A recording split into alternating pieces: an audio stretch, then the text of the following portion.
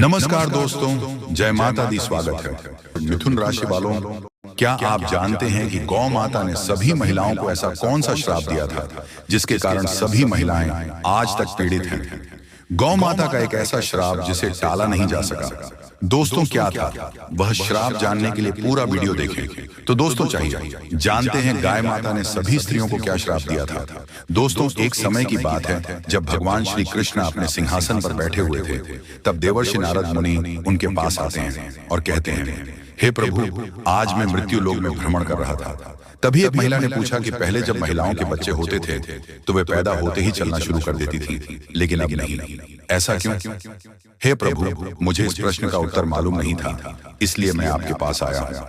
कृपया मुझे इस प्रश्न का उत्तर बताएं। श्री कृष्ण कहते हैं, हे देवर्षि, आपका यह प्रश्न सभी महिलाओं के लिए बहुत महत्वपूर्ण है। आप इस प्रश्न का उत्तर जानना चाहते हैं, तो ठीक है, मैं आपको एक कहानी सुनाता हूँ। उस कहानी से आपको पता चलेगा कि महिलाओं के बच्चे पैदा होते ही क्यों नहीं चल पाते। तब देवर्षि नारद कहते हैं कि प्रभु, मैं यह कथा पूरी सुनूंगा, कृपया मुझे कथा बताएं। दोस्तों, अगर आप भी जानना चाहते हैं कि इस सवाल का जवाब क्या है, तो दोस्तों वीडियो को अंत तक देखें और वीडियो को लाइक भी करें।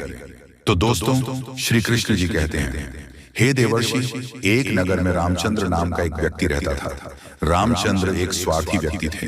रामचंद्र के पास एक गाय थी। वह गाय दूध देती थी और रामचंद्र उस गाय को हरा चारा खिलाते थे और दूध निकालकर भेज देते थे। रामचंद्र स्वयं गाय का दूध पीते थे और अपने परिवार के सदस्यों को भी दूध पिलाते थे। रामचंद्र के घर की दिनचर्या गाय के दूध से चलती थी। रामचंद्र का समय इसी प्रकार बीत रहा था। कुछ दिनों के बाद एक समय ऐसा आया जब गाय ने रामचंद्र को दूध देना बंद कर दिया।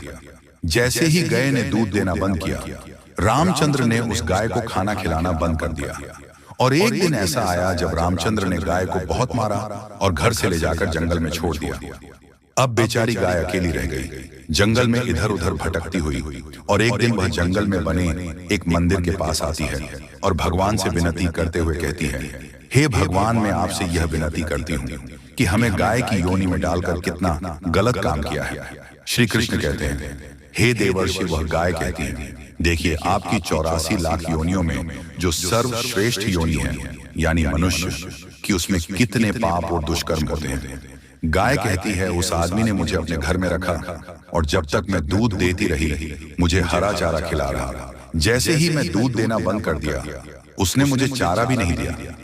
इतना ही नहीं, उसने मुझे अपने से दूर फेंक दिया। अब घर के बाहर इधर उधर घूमती हूँ। अब जंगल में चारा और घास खाकर पेट भरती हूँ। हे भगवान, तुमने जो सर्वोत्तम यानी बनाई है वह कितनी स्वार्थी और लालची है। श्री कृष्ण जी कहते हैं, हे देवर्षि नारद, धीरे धीरे समय बीतता गया। बेचारी गाय इधर उधर भटकती रहती थी। जब भी वह गए रामचंद्र के द्वार पर आ जाती है तो रामचंद्र ने लाठी लेकर के उस गाय को जंगल की तरफ, खेतों की तरफ भगा करके आ जाता है। श्री कृष्ण जी कहते हैं, हे देवर्षि, धीरे धीरे एक दिन वह गाय गर्भवती हो गई। जब गर्भ 3-4 महीने का हो गया, तभी उसी जंगल में एक स्त्री आई।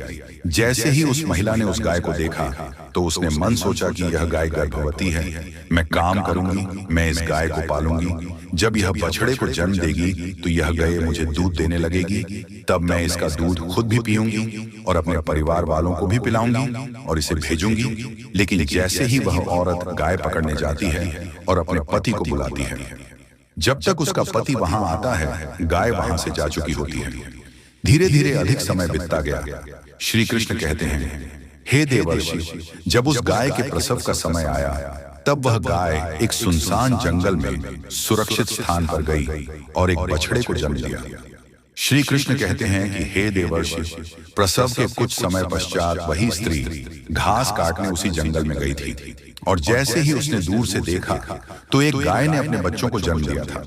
तभी वह औरत उसके पास गई और जब उसने उसे गाय को ध्यान से देखा तो बोली, अरे ये तो वही गाय है, इस गाय ने पहले ही बछड़ा दिया है, यह अच्छा है। वो औरत सोचती है कि अब मैं इस गाय को जरूर पकड़कर अपने घर ले जाऊंगी।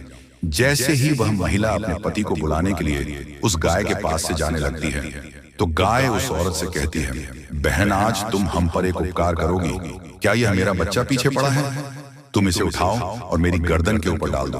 मैं अपने बच्चों को लेकर किसी सुरक्षित जगह पर चली जाऊंगी, क्योंकि यह मेरा बच्चा 8 महीने बाद चलने लायक हो जाएगा।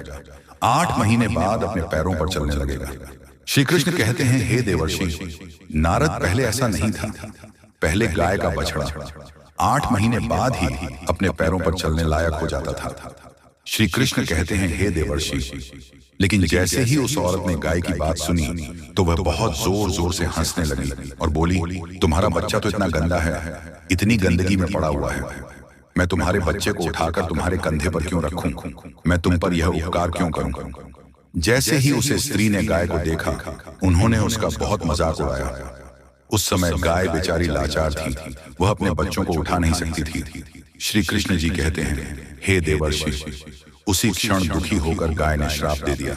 श्राप देते हुए उसने कहा, जाओ, आज तुम्हारा बच्चा जन्म लेते ही चलने लगा है, लेकिन आज मैं श्राप देता हूं कि तुम्हारा बालक जन्म के 10 महीने बाद ही अपने पैरों पर चल सकेगा, और मेरा यह बच्चा भले आज चलने में सक्षम नहीं है। जी हाँ, और जन्म लेने के बाद बहुत जल्द अपने पैरों पर चलने योग्य हो जाएगा। श्री कृष्ण कहते हैं, हे देवर्षि, इसी श्राप के कारण स्त्री का बालक जन्म लेते ही अपने पैरों पर नहीं चल पाता है। दोस्तों, सतयुग में सुखदेव जन्म लेते ही अपने पैरों पर चलने लगे थे, और वेद व्यास भी जन्म लेते ही अपने पैरों पर चलने लगे थे।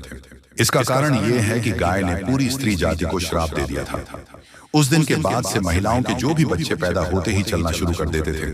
उनका सिलसिला वही रुक गया कि श्राप के कारण महिला का बच्चा 9 से 10 महीने के बाद ही चलने और अपने पैरों पर खड़ा होने की योग्य होता है, और गाय का बच्चा उसी दिन से अपने पैरों पर चलने की योग्य हो जाता है, चलने भी लगता है। इसलिए किसी की भी आत्मा को ठेस नहीं पहुंचानी चाहिए, किसी के मन को दुखना नहीं चाहिए, और यही सनातन धर्म का सबसे बड़ा धर्म है।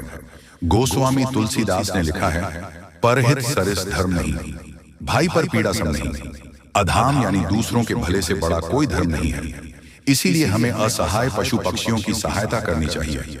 गाय के श्राप के कारण सभी पशु पक्षियों के बच्चे जन्म के तुरंत बाद चलने लगते हैं, लेकिन महिलाओं के बच्चों पर इसका विपरीत प्रभाव पड़ा कि महिला का बच्चा जन्म के तुरंत बाद चलने में सक्षम नहीं होता है, वह पैदा होते ही नहीं चल पाता है। एक महिला की गलती के कारण आज पूरी मानव जाति की महिलाएं शराब का दंश झेल रही हैं। दोस्तों, आपको यह जानकारी किसी लगी हमें कमेंट में जरूर बताएं, और कमेंट में जय जय गौ माता जरूर लिखें। साथ ही अगर आप हमारे चैनल पर नए हैं तो चैनल को सब्सक्राइब जरूर करें, और हो सके इस वीडियो को ज्यादा से ज्यादा जरूर शेयर करें। तो दोस्तों, वीडियो देखने के धन्यवाद। मिलते हैं अगले वीडियो में।